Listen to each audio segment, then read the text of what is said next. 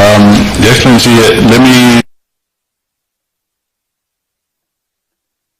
note that apart from Steve Jackson, we have, I think, one or two other members of the diplomatic corps.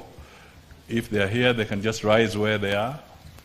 Members of the diplomatic corps who had joined us for this particular session. Your Excellency, apart from those who have executed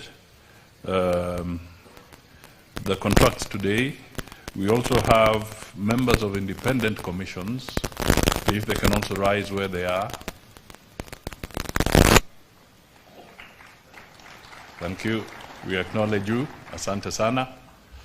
Your Excellency, you also have the chairs of various boards and their CEOs, if you can rise where you are. Wow. Asanteni sana, tafadhali.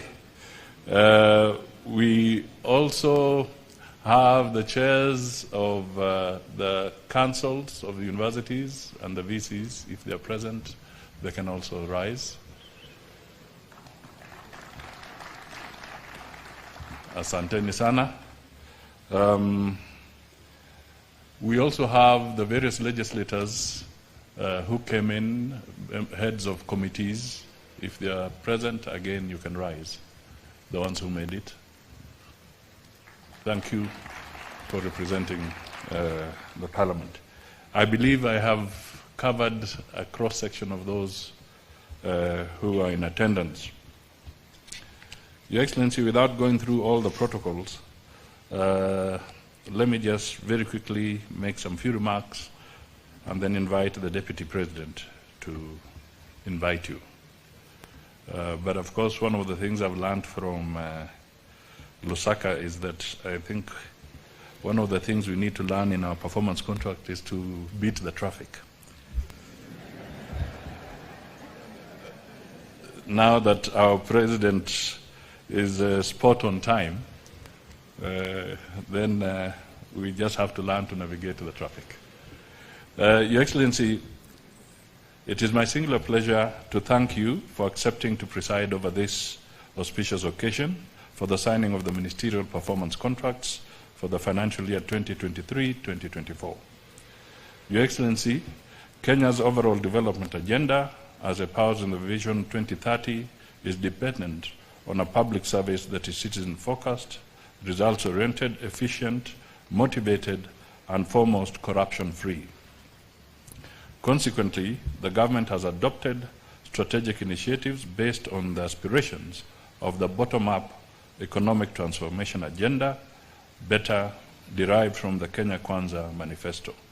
The aim is to capitalize on the gains already made from implementation of public sector reforms to spur socio-economic development. Performance contracting is one of the fundamental performance management tools being implemented in the public service. This prized tool has been implemented continuously for the last 19 years, and its full entrenchment will ensure the realization of our country's long-term economic development goals. Your Excellency, the first-level performance contracts are signed annually between yourself and the respective cabinet secretaries, and thereafter cascaded to downstream institutions. These contracts provide linkages between planning, budgeting, and clear deliverables. It is worth noting that the performance contracts being signed today are the first under your administration. There is excitement that your administration has aligned budgets to specific programs and projects under the medium-term plan 4, which is better sector priorities. This ensures synergy between budgetary resources and specific targeted deliveries. The introduction of performance contracts in the public service gives credence to the urge, which has been referred to, what gets measured gets done. Adoption of performance contracts by ministries, departments, and agencies establishes uniformity, consistency, and objectivity in measuring public service performance. Sustained implementation of the contracts should enable public institutions to refocus on improving institutional governance and efficient use of public resources, leading to effective service delivery as demanded by us by the Constitution. Your Excellency, Executive Order Number 1 of 2023 entrusts my office with coordination of performance management in the public service. Since then, I have made several promissory pronouncements regarding the public service we envision for Kenya. Today, I will restrict myself to presenting a report leading to today's event. The first port of call was to re-engineer performance management through tested strategic initiatives. First, the performance contracting process has been automated through the development and rolling out of the Government Performance Contracting Information System. This has made the process fully web-based and therefore set to minimize the need for lengthy interpersonal interventions and consequently saving valuable management time.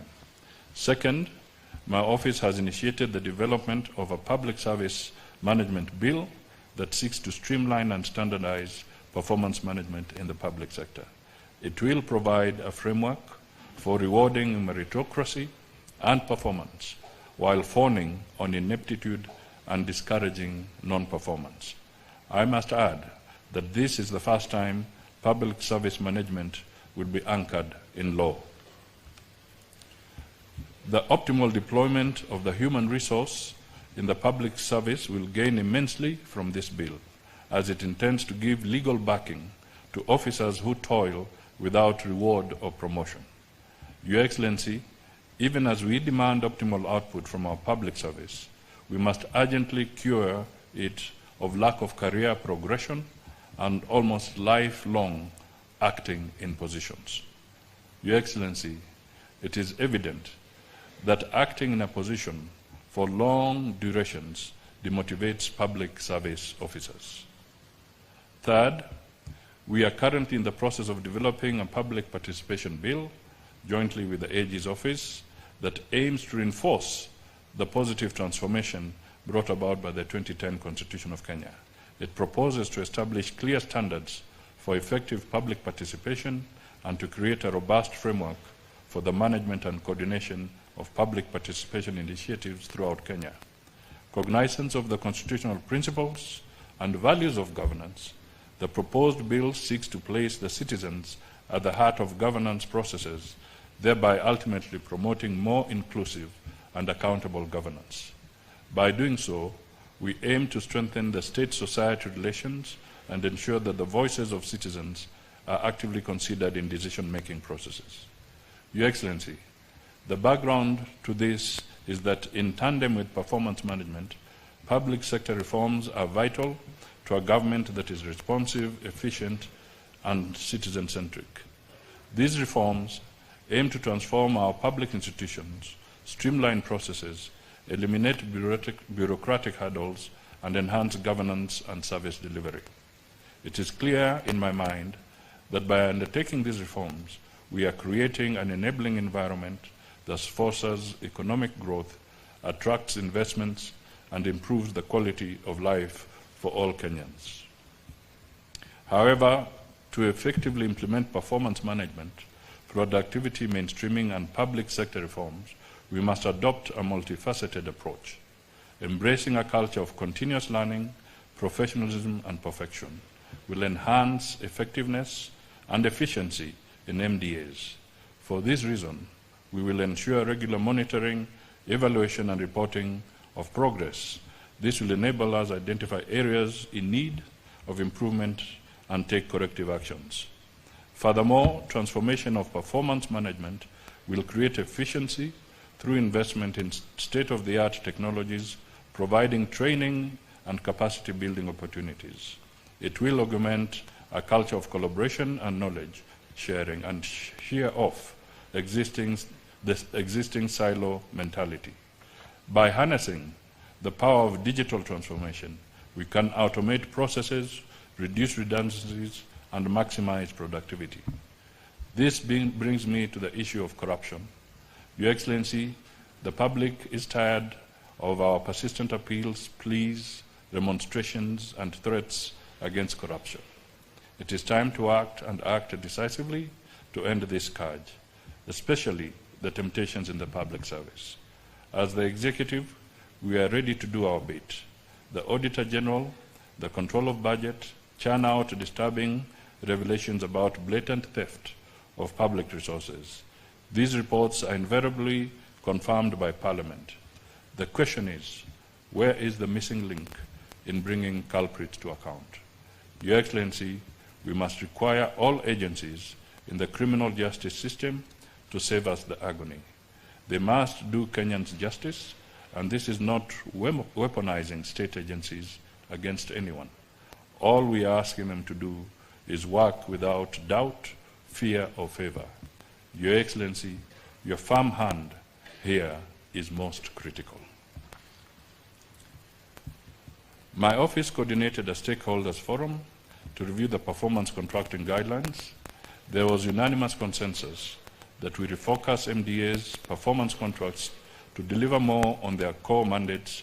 As a consequence, MDAs are now required to include in their performance contracts the following indicators that are core to the government's transformative agenda: digitalization of government services to accelerate the adoption of ICT in service delivery; 2, productivity mainstreaming to entrench a culture of performance and productivity to enable MDAs measure the efficiency and effectiveness of resource utilization to realize maximum output with fewer inputs; and 3, implementation of the Presidential Directive on National Tree Growing Restoration Campaign to accelerate the growth of 15 billion trees for restoration of 10.6 million hectares by 2032. D, this is also expected to increase Kenya's forest and tree cover from the current 12% to 30% by 2022. Your Excellency, today's ceremony marks a key milestone for our administration. The implementation of the performance contracts will ensure that the commitments that you made to our people are realized. May it also interest you to note that the performance contracts that we have signed with you have been deliberately designed to incorporate the priority programs and projects contained in the 4th Medium-Term Plan, MTP4, 2023-2027, and the National Development Priorities in the 5 better sectors to be implemented by MDAs during this financial year. The remaining performance contracts will be finalized, signed, and cascaded to other levels to facilitate timely implementation of commitments captured in the contracts for this financial year. May I thank all the Cabinet Secretaries, Principal Secretaries, Chairpersons, and Executive Officers of state corporations and development partners for supporting the entrenchment of performance management in the public service. I assure you that I have not taken your support for granted, and it will not be in vain. In conclusion, Your Excellency, I do recognize your immense support in the institutionalization of performance management in the public service, which is core to the realization of a citizen-centric public service. I thank you. It is now my singular pleasure to invite Your Excellency, the Deputy President, to make your remarks, and thereafter invite His Excellency, the President.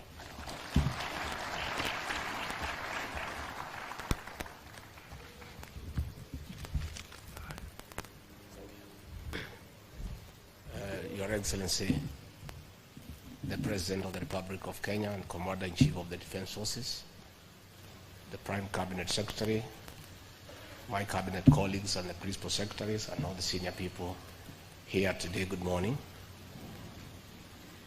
Your Excellency, I don't have a written speech because this contract is a serious thing. And you need to think very through what you have signed. And Your Excellency, on behalf of this team and those who work under you, I want to thank you for the privilege to serve. Among 50 million Kenyans, you chose a few of us, very few in terms of percentage, to assist you in the management of the affairs of this country. Your Excellency, you have a very high expectation of all of us, just like the people of Kenya have. The President of the Republic of Kenya, seated here today, signed a 5-year contract with the people of Kenya, subject to renewal on performance and subject to termination on non-performance. As a Deputy President and Principal Assistant, I can tell you today, the President has no intention whatsoever to have his contract terminated by the people of Kenya. His very intention is to have it renewed, and therefore those working under him must perform and perform efficiently. So on a day like this, what I have seen this morning, I'm a bit worried. The day you are signing performance contracts is a very important day because it marks the beginning of performance. Mimi najua ni mzee hii boma hapa ya nyumba kumi hapa kwa hii Ikulu.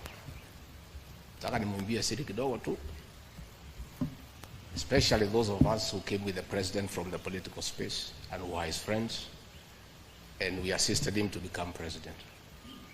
Once he gives us a job, that is the termination of that friendship. The friendship with the president will be based on nothing but performance. Performance. And me, I know. Mimi masomo yangu yuko chini kidogo, lakini I know a few things. Mimi, I know my relationship with the president is not based on my 20-year friendship with him, and I assisted him in the campaigning. It is based on performance. And I know if I don't perform, that relationship will be strained. I want to urge you today when he's here, please perform. Perform. Because the president has a performance contract with the people of Kenya, and it is your performance that will assist him to fulfill that contract. So let us all do what we have to do, and let us be efficient. When I joined the Kenya School of Administration, in those years we were taught management is management by crisis, known as firefighting. That is what most of us have been doing. You wait until the last minute, there's a deadline, is when you are running around. Your Excellency, before I call you, I just wanted to comment about one matter. Last week, you took a decision to limit foreign trips by all these people sitting here to a certain number in a year, which is very unfortunate. That should not have been the case. People should have regulated themselves to travel when it is necessary. But because of the opulence, that all ministers and PSs were out of the country most of the time, the president had to put a stop and say you can only do so much. And sometimes I wonder, why do you have to honor every invitation that you have been given to every country? Your Excellency, at times we have tried to hold cabinet committees, we can't. 5, 6, 7, 8 ministers are out of the country. Some change clothes at the airport from one country to another. That is the truth. Why can't you regulate yourself? If the president was to travel and honor every invitation, he will be out of this country the whole year. You just have to decide what is useful, and other things you can leave to our ambassadors out of the country. Please let the president not limit your travel. Just be responsible. You have a work to do, and the work is here in Kenya. Again, Your Excellency, we have done so much as an administration, but the information is not out there. Our ministers are quiet. They are called for TV interviews, they don't show up to say what they have done. And then the media have a field day because nobody talks for government. I would rather we spend more time explaining to the people of Kenya what we have done in our respective dockets as opposed to travel. And if we have to travel, let's travel up country to where our Wananchi are and explain what we are doing. I don't think the president will cap your travel out of Nairobi. I don't think he will. I don't think he will. So mimi nimemwibia siri tu kidogo kama mzee nyumba 10 hapa. Niona watu wale wamechelewa, nikaona rais unanini ninamjua. Nikaona uso yake nikajua hapa kimeumana. Sababu leo ni siku ya performance contract. Ile siku muhimu sana ya kuja kuweka. Na wewe umefika pale rais amekaa. Tayari amekaa na ndiye rais wa Jamhuri ya Kenya. Wewe umechelewa ukiwa kuona nani? Who else have you gone to see? These are things myself I don't understand. As I said, mimi sielewi. Mimi mambo ingine sielewi. So mimi boss nachunga kazi yangu. Unajua rais tangu uniteue, I've been late in your meeting one day only. Na rais wewe ndio ulinichanganya siku hiyo. Because ulisema utatoka hapa saa 1:30 tukutane airport saa 2, ukatoka saa 12:30. Sasa by the time nimefika nikakuta umeketi. And I was embarrassed because where else was I when my boss is seated waiting? Where else would I be? How do you explain where uko wapi? Rais amekaa, you work for him, he has arrived before you. I don't understand. I don't know how you plan, but hata kama iko traffic jam, hii traffic jam haijakuja Kenya leo, inajulikana tangu zamani. Mimi nilifika hapa saa 1:30, PM alifika hapa saa 1:30 na mkutano ulikuwa saa 3. Not because we have no work to do.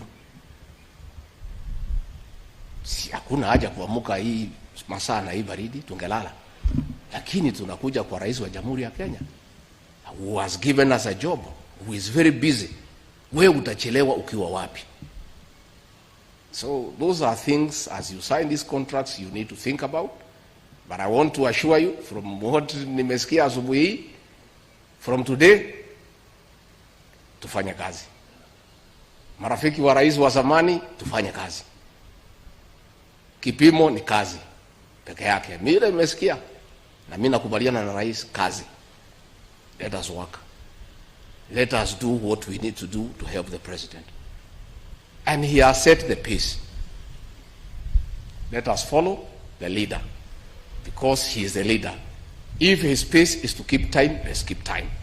If his pace is to work hard, is to work hard. If his pace is to go up country and explain to the people, let us go and explain to the people. Mimi nimesema yangu, nitamtafuta individually, pahali niona iko shida nimueleze. With those few remarks, I request you to be upstanding and help me usher in the President of the Republic of Kenya, Mr. President.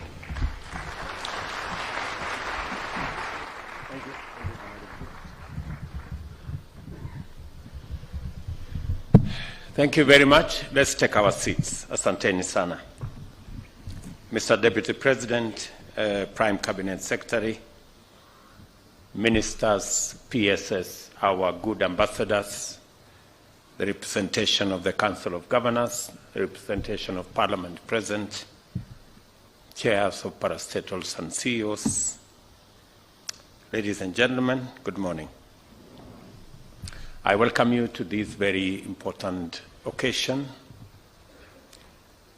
of signing our performance contracts. As has been said, the people of Kenya are the ultimate employers of all of us. They pay our salaries, they pay our allowances,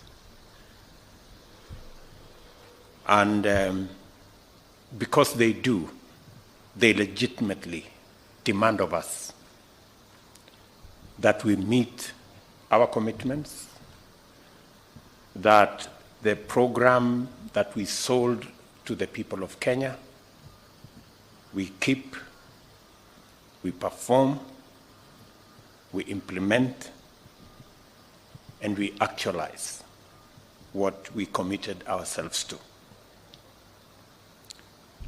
Let me say that before I make my statement, that there are two fundamental things that I want us, the people who are the senior-most members of our administration, that we have a historic moment as a country to make Kenya the great country that we always wanted it to be. We've discussed, there's been many analogies as to what countries that started with us. We've discussed about Malaysia, we've discussed about Singapore, we've discussed about the Asian tigers, and we have made all manner of references. I want to say that this is the historic moment for Kenya to be the great nation that we always wanted it to be. And history has given us the opportunity, those of us seated here, to be the men and the women that will bring the greatness of our country to where it is and to where it should be.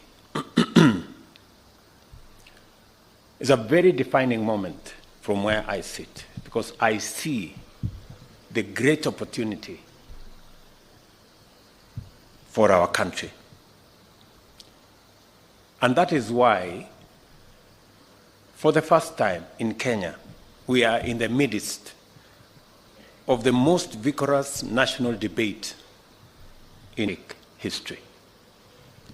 For a few years now, the cost of living has been an oppressive yoke around the necks of most Kenyans, and its most punitive effects have been felt by vulnerable people, most of them at the bottom of our economic pyramid. The COVID-19 pandemic, for example, not only brought home the intense local impact of tremendous external shocks occasioned by disruption of international supply chains and markets, it also revealed the limitations of the prevailing economic model and exposed the full extent of the nexus between the state and citizens. For those who had jobs, majority of whom were in the informal sector, the prices of essential commodities rose beyond the purchasing power of their incomes, demonstrating the precarity of the majority of our people's livelihoods, and serious illness brought with it the ever-present threat of poverty arising from exorbitant medical costs. Although there was opportunity to use the COVID-19 downtime to increase agricultural productivity, subsidizing farm inputs was not a priority compared to vendor-driven pandemic-related expenditure, which eventually failed due to wastage, corruption, non-performance, and delays. Other measures and programs undertaken during this time exacerbated the suffering of Kenyans at the bottom and made many people question the priorities of their government. This was the beginning of the national conversation that subsists to this minute and has anchored robust engagements which defined the last election and subsequent political and policy discourse. The primary bone of contention is, who does the government work for? An old and favored approach to answering this question was to pledge to do more, in fact, much more, of the same old policies, programs, projects, and interventions that have failed at such a high cost that poverty, unemployment, and underdevelopment are actually intolerable. The other option was to embrace a bold new vision and undertake ambitious interventions aimed at transforming the country's economy by creating jobs, increasing incomes, while ensuring that food, shelter, and health are available to everyone, especially those of us who are not privileged. I say this in reflection because a trend was created that using other people's money, which is debt, is a very innovative way of delivering government programs, which is the biggest fallacy, because as a result of using other people's money and contracting debt left, right, center, front and back, we drove our country almost to the brink of debt distress. And it became our first assignment to steady the economy of our country and to pull back our country from going over the cliff. I am very proud today that almost a year in, our economy has steadied.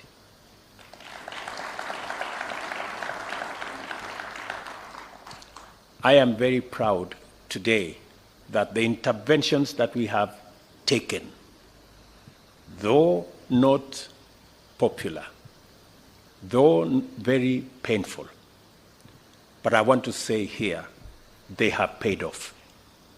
Today, our country is on fairly sound economic footing. And our decision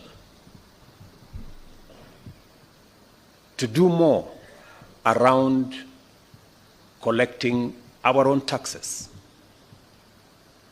to do more about living within our means, and to borrow less, and to work on our fiscal deficit, I must admit, has paid off better than I even thought myself. And I want to thank the people of Kenya for having confidence in the measures that we have taken. We engage Kenyans all over the length and breadth of our country on the most urgent priorities and the best ways and means of implementing them.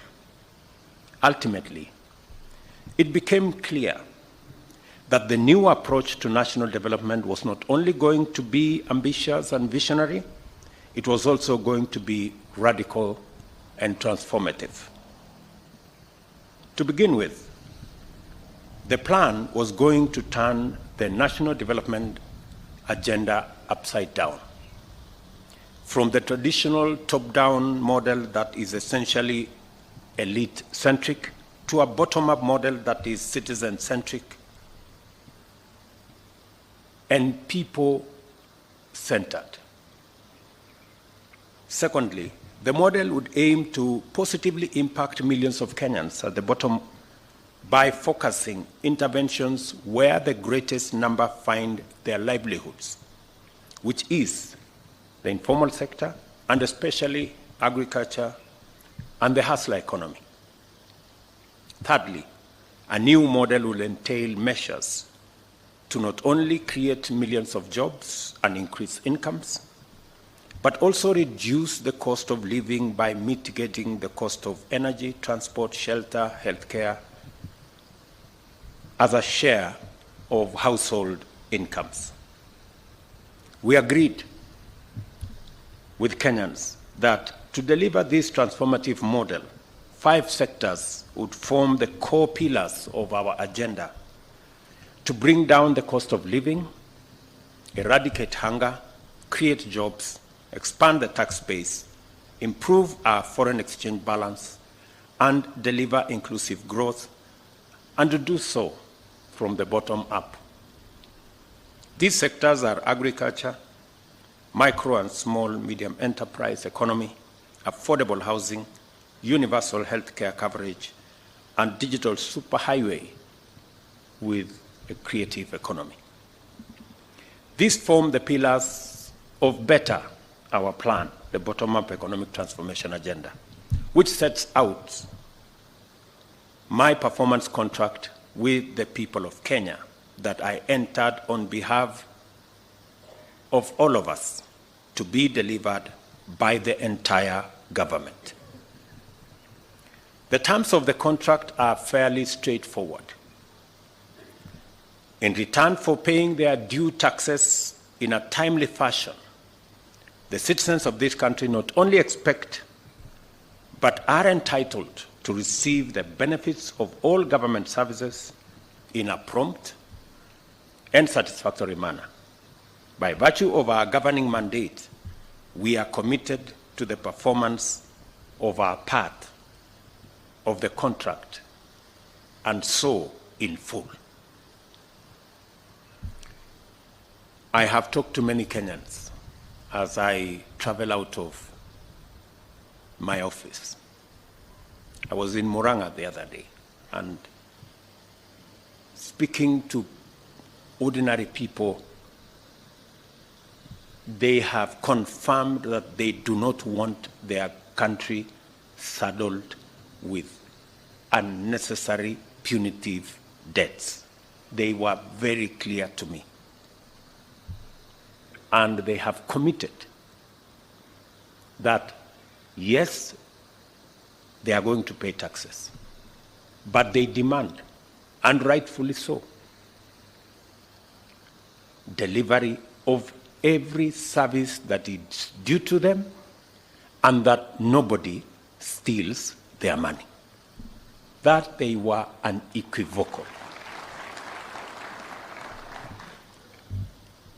The robust national debate over the bottom-up economics demonstrated that the people of Kenya are highly engaged with the policies that affect their interests and are ready to give good policies a chance.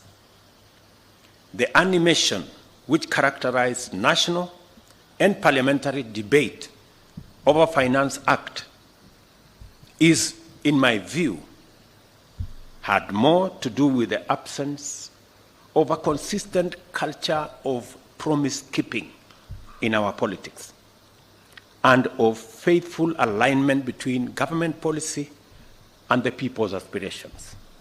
As a result, there are Kenyans who do not even believe that a government has an obligation to deliver its pledges and view manifestos and campaign platforms as empty political performances and meaningless tricks and noise. You know, because for a very long time, we've made campaign pledges to be what you say looking for votes when you don't actually mean to deliver on them. In fact, there are even leaders, including members of the clergy, who have been sympathetic and tried, with the best intentions, to suggest ways of enabling the government and myself to run away from some of the commitments we made in the campaigns.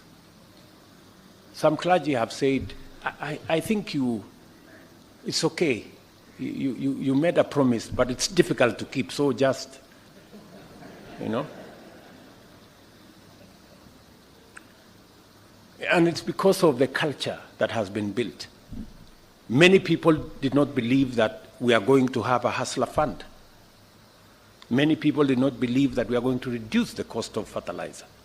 Many people did not believe that we are going to hire 55,000 teachers in under 1 year, because commitments, promises have been made with no intention to keep any of those promises. And I see the difficulty that people have when we have to make difficult decisions. They think that we have overcommitted ourselves. I want to tell the people of Kenya, the commitments we made, the promises we made, we will keep each and every one in full.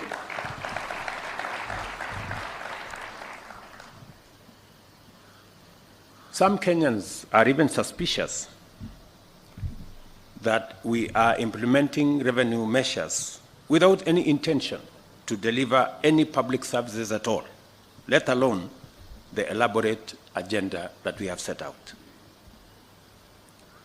While I appreciate the goodwill and concern, I wish to state in no uncertain terms, in order to clear any confusion and to give comfort to all Kenyans, that this administration is committed, fully committed, to the implementation of the pledges and commitments contained in our bottom-up economic transformation agenda plan. We promised that our government would defend the Constitution and constitutionalism, institutionalize issue-based, performance-oriented politics, and implement better our plan. We shall not run away from any of the commitments therein. We will keep them. This is the context in which we have negotiated, developed, and are today going to witness the signing of the first generation of ministerial performance contract for the financial year 2023-2024. Performance contracting in the government of Kenya is now in its 20th year of continuous implementation, and over that time, the performance contracts have evolved into a robust tool employed by government for measuring the performance of ministries, departments, and agencies in serving the people of Kenya. I don't know whether it is because these performance contracts have been going on for 20 years that many people maybe mistakenly think that it is a ritual. And that is why people resort to the old incompetent excuses that there was traffic, for them not to be in a public, the most important public function. We have a job because we have a contract. If you cannot keep time with your employer, you have basically dismissed yourself. I mean, it's just as simple as that. So, for those who came late, who are members of the executive, I will be expecting a written explanation, and it should not include matters of traffic, on why they do not take these performance contracts seriously. Because if you do not take this performance contracting seriously, it means we do not take the contract with the people of Kenya on performance seriously. And that can be a very serious indictment on anybody.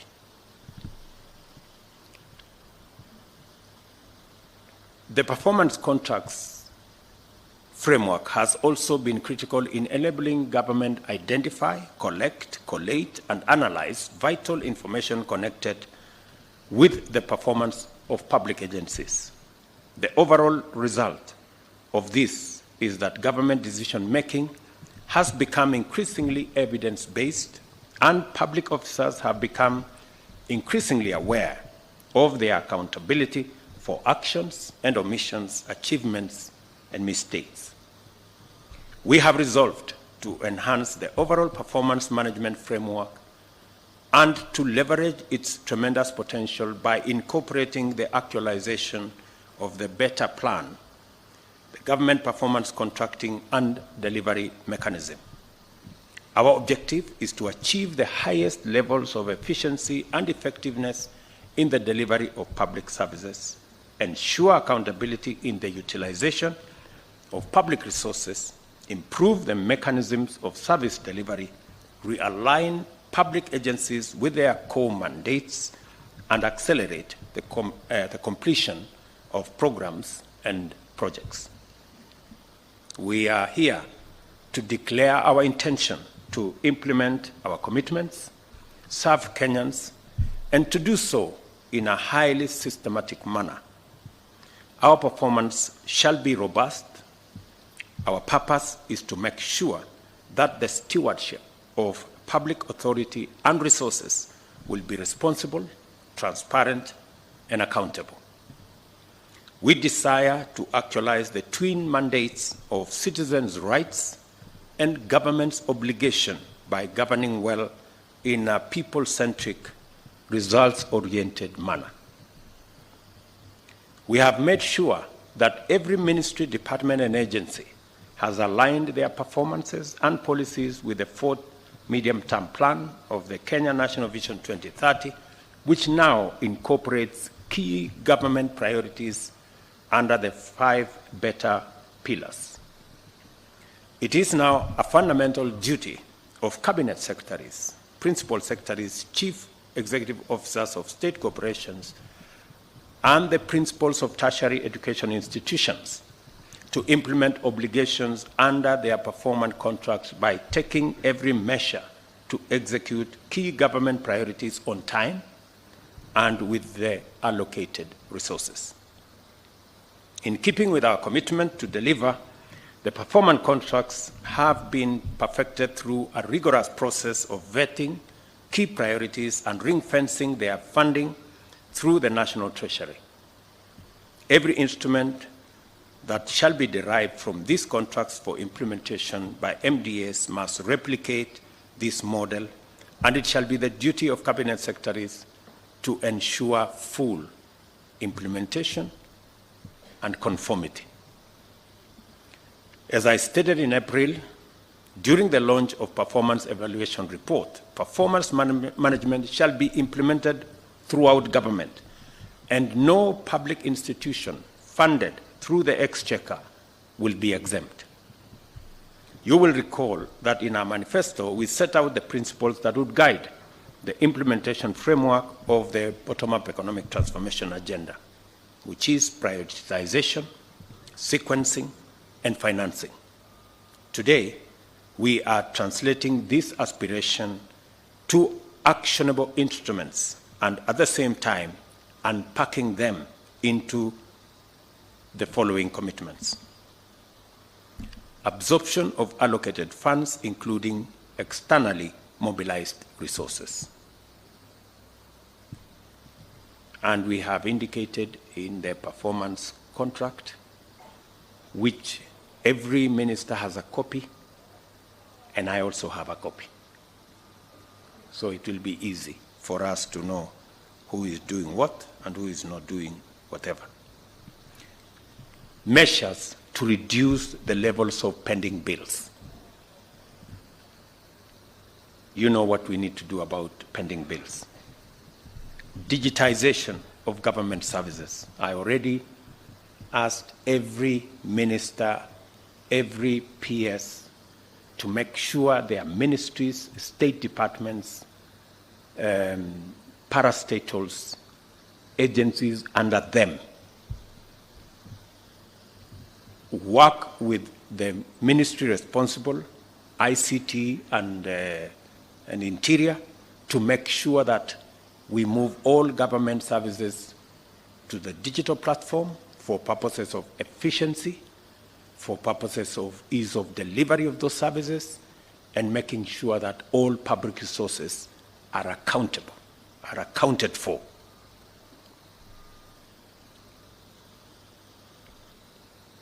I do not expect that in the next 90 days, before the end of this year, I do not expect any government service to continue in the manual framework. I do not expect. Every government service must be not just on the digital platform, it must be delivered on the digital platform. From first, today, I do not expect any other pay bill for any government agency except what we agreed, government pay bill that will be manned by Treasury. I hope we are all clear. We did agree that all other pay bills will be shut down. And if there will be one that will be operating after today, let me not say beyond that, right? Because for purposes of efficiency, we are on a digital platform so that there are no lost files, there are no gray areas, there are no corners that is gathering dust. We want to make sure that we can demonstrate productivity. It's also important that we complete projects. We have projects in ministries, in state departments that are 20 years old. I told the Ministry of Housing, we have markets, 180 markets that were started 15 years ago under the ESP program. We have now committed resources this year. All those markets should be completed as a priority in the next 1 year. All those markets should be ready. Matters environment are going to be front and center of what we will be doing as well. So the National Tree Cover Restoration Campaign is part of the delivery of every ministry and state department. We are looking forward to working on internship and industrial attachment. Again, the ministry concerned, we have agreed on what to do. This was our intention 5 years ago, but it was not delivered because of the old culture of making commitments that we didn't have any intention to keep. On internships this time around, we must keep our commitment. I have already engaged the private sector. We have agreed. Government is going to deliver progressively to 20,000 internship every year. The private sector have committed to me that they will deliver up to 50,000 internships every year. We want to see how we can grow these to 100,000 and make sure that we give a chance to many young people coming out of college, coming out of our universities, to practice what they have learned, either for a year or 2 years, acquire some experience, and find their way into employment and also into the market. Access to government procurement opportunities by young people, women, and persons living with disability. As I have said with clarity, that for a very long time, we invested a lot of resources in our human capital, and rightfully so. This year, we have committed 628 billion Kenya shillings for the education of the people of Kenya. That is huge resources. We are deploying additional resources in the hiring of additional teachers. We're deploying additional resources in making sure that we deliver on our TVET program. We are almost doubling resources that will go to our university education, and we are pulling all our universities from being saddled with debt because of the old funding model. But different from the past, this year, we not only have a program on education and training, we also this year have a program on what happens when our children come out of college come out of school and come out of our universities. That's why we have clarity on how we are going to create jobs this year. With clarity that we are going to have a clear plan on how to create jobs. And I expect that every ministry and every department will be aligned. Whether it is our housing plan to create 1 million jobs, whether it is our digital space and digital jobs and Ajira and ICT hubs to create digital jobs, whether it is the Ministry of Labor working with the Ministry of Foreign Affairs and all other departments that work with human capital development in that space for our foreign employment opportunities, targeting another 1 million or so jobs. That whole ecosystem is now going to be part of what we must deliver as government. We must deliver the jobs as much as we are delivering on education and training.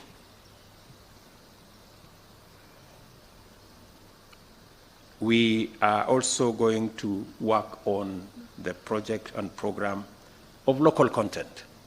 As you've all seen, we've talked about Build Kenya, Buy Kenya, Build Kenya. We've talked about local content. For the first time in this year's finance bill, we are making fiscal intervention to make sure that we expand our manufacturing as a percentage of GDP in our country by deliberately discouraging imports that we can produce locally, whether it is cement, whether it is steel, whether it is furniture, whether it is fish, and all the other things that we've always imported when we can manufacture them locally using local talent, local expertise, local resources, and building our local manufacturing and industrial capacity. I am very proud that we are now moving in that direction as part of what we must do. As I mentioned before, many Kenyans have been disappointed by the endless cycles of unfulfilled pledges.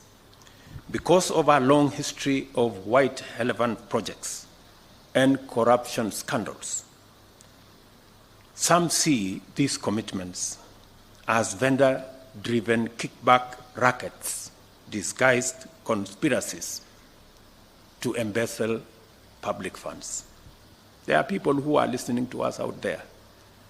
When they hear we are going to do CAIPs, County Aggregation Industrial Parks, they hear we are going to do markets, we are going to build this road, we are going to deliver on that dam, they think it's an opportunity for them to go and steal public money. I want to tell you in broad daylight, eyeball to eyeball, that will not happen. Please, good people. Yes. I have had a heart-to-heart discussion with my cabinet. I want to do the same with the rest of the government bureaucracy from PSS down to directors. It will not be business as usual. I made a commitment to the people of Kenya that there will be no money to steal. There is only money to deliver on the programs, on the projects, on the aspirations of the people of Kenya.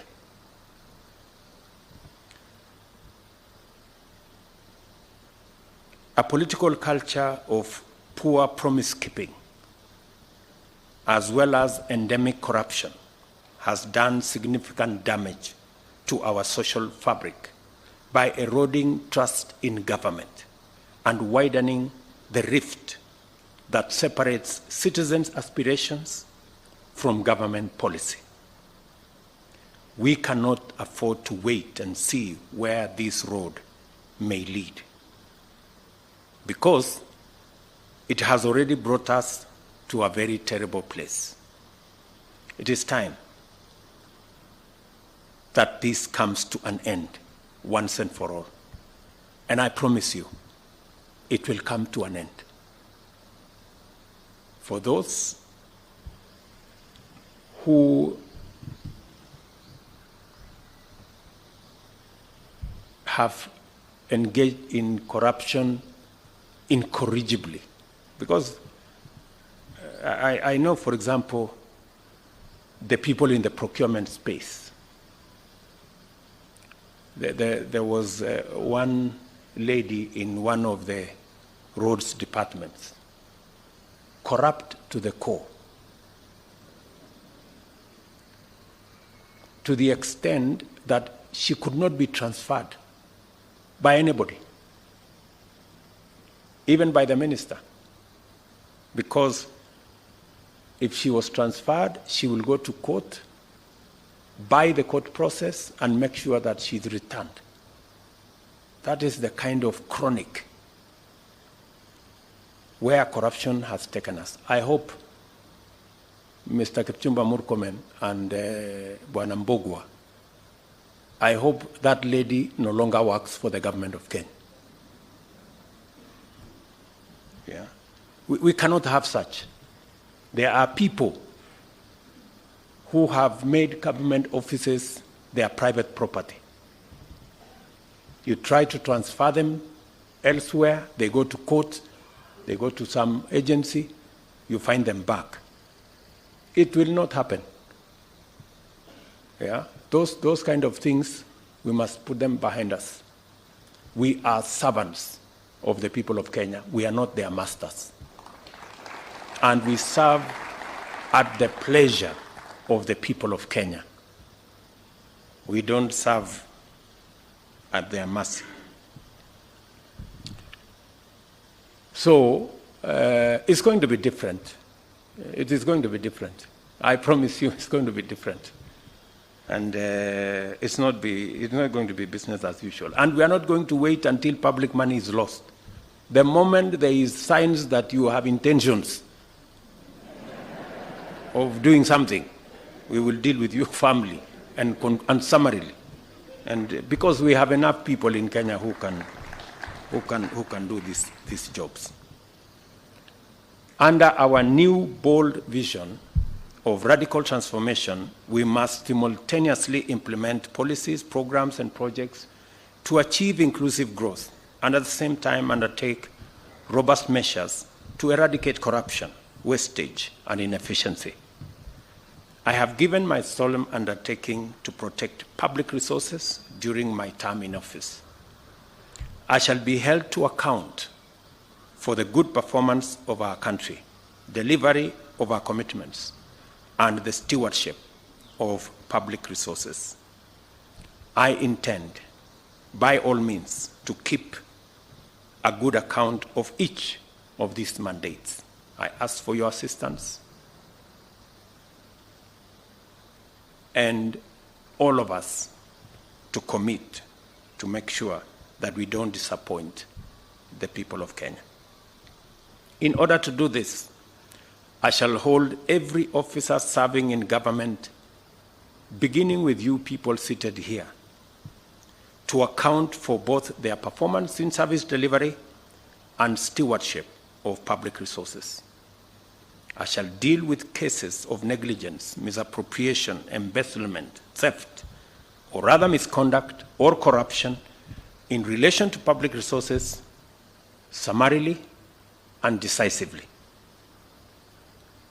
You are hereby duly notified.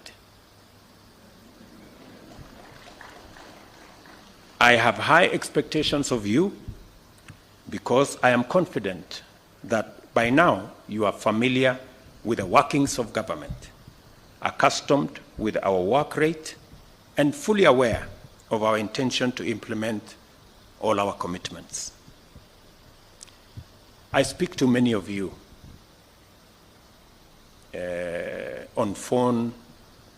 Many times I call you to my office, we interact in different places. I ask you questions, you know that, on programs, on projects. And I find that many of you, the people I speak to, don't even know what is going on in your ministries or departments. You have very scanty information. The moment I know more than you in your ministry, then you must begin to understand that something is very wrong. Because by constitution, you are supposed to advise me.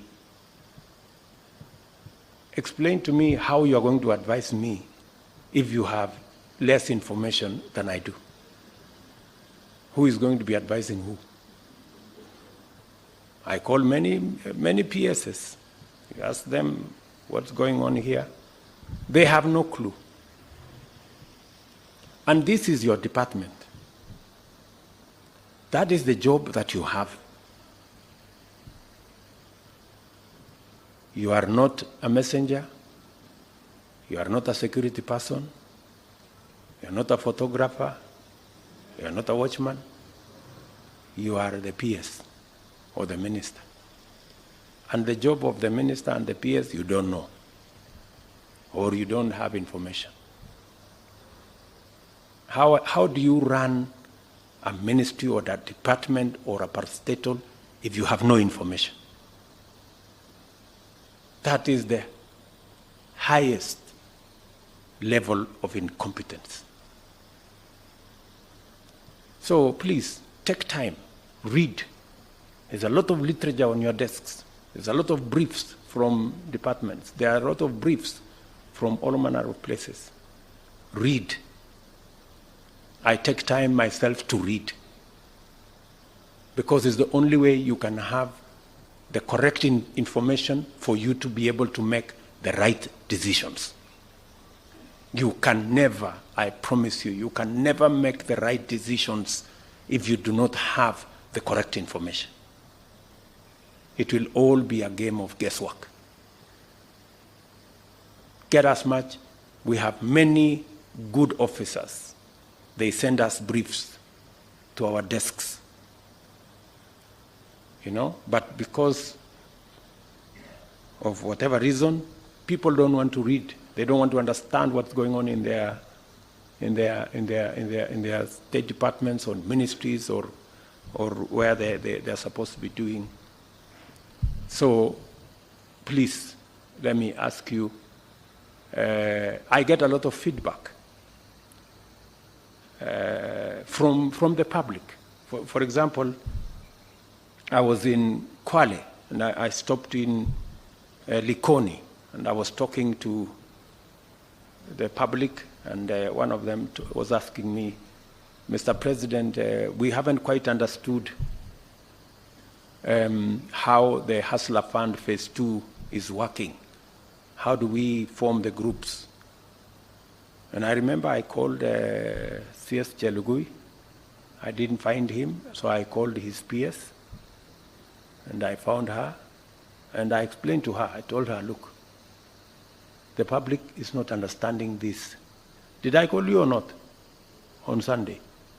You know, I told you this is what the public is saying. Please do more sensitization on Hustler Fund Phase 2.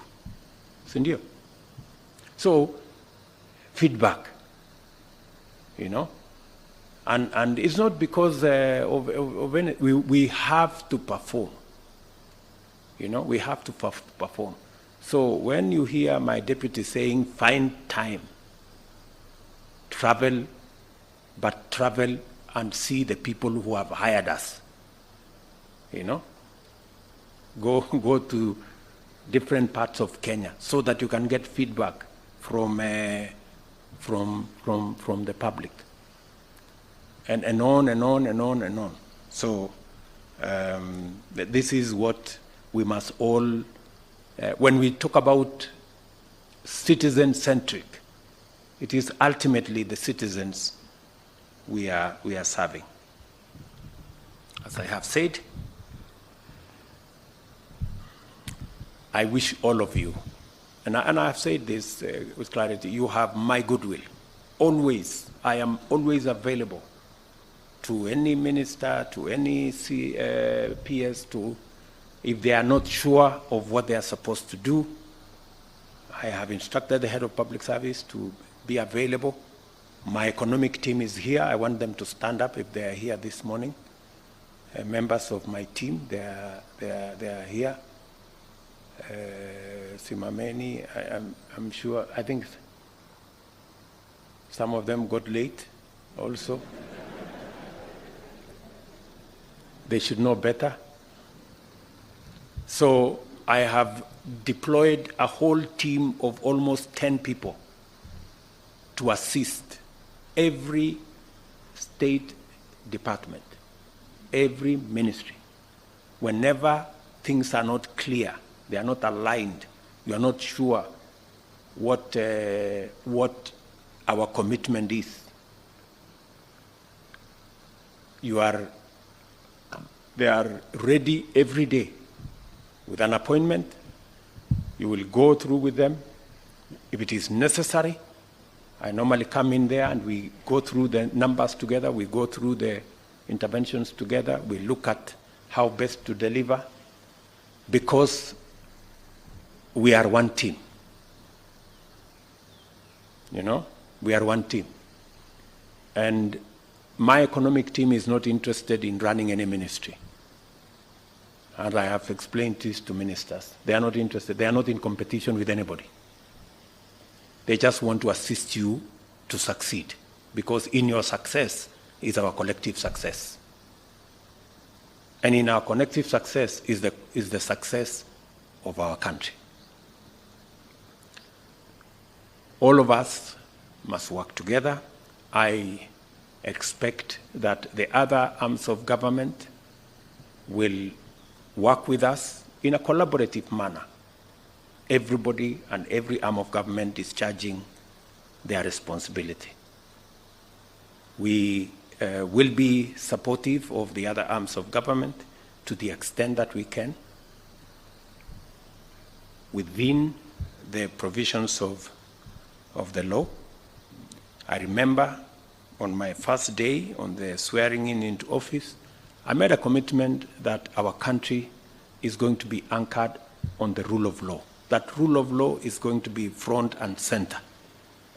And that is why we got rid of the culture of extrajudicial killing. And we disbanded the notorious criminal gang that was in the police that presided over those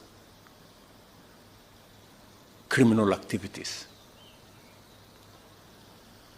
And I intend that the country will continue in that trajectory of the rule of law.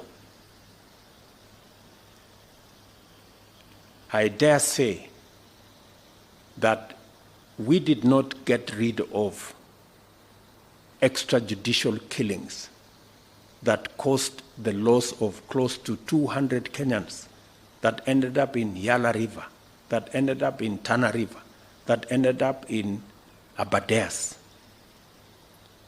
so that we can entertain another culture of impunity, of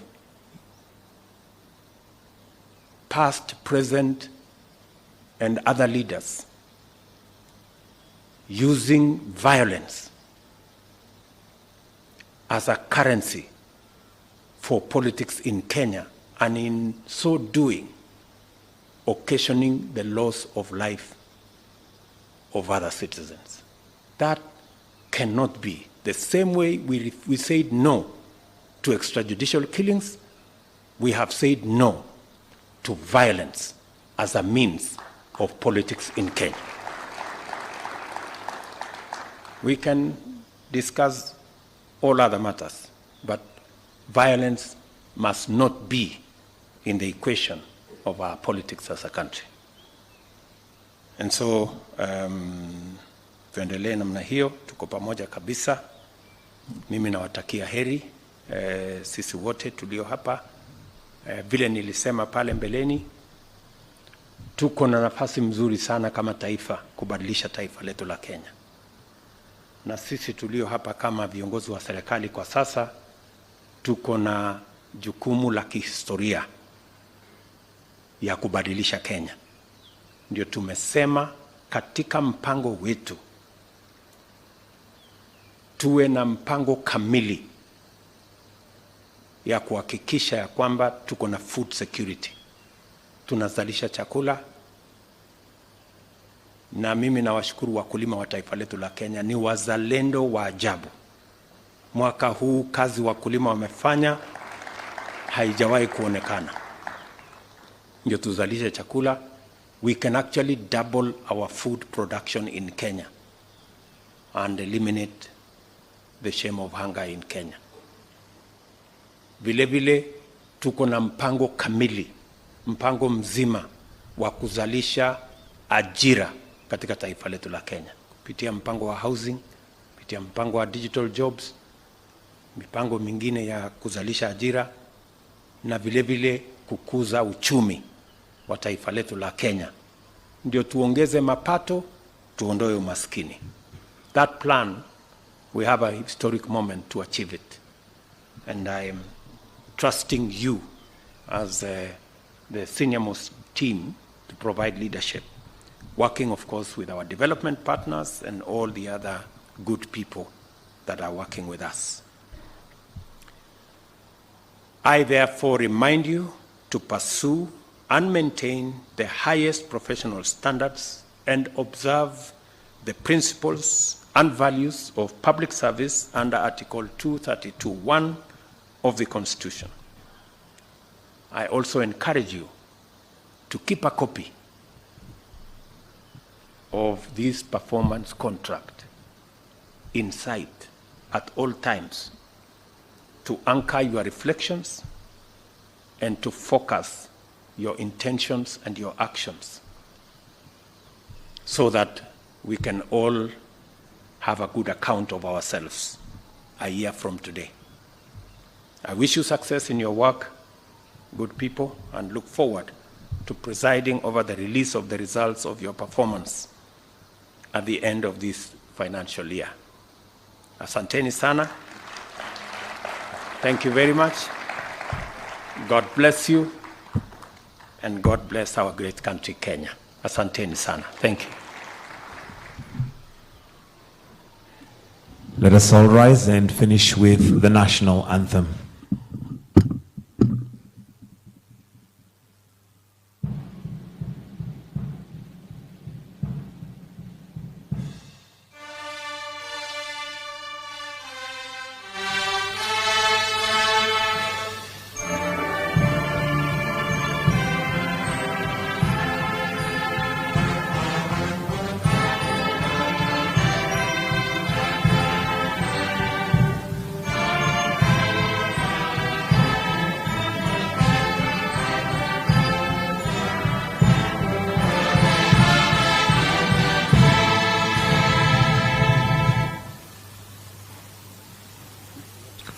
Thank you, distinguished guests, ladies and gentlemen. We've come to the end of this session. Do have yourselves a wonderful afternoon.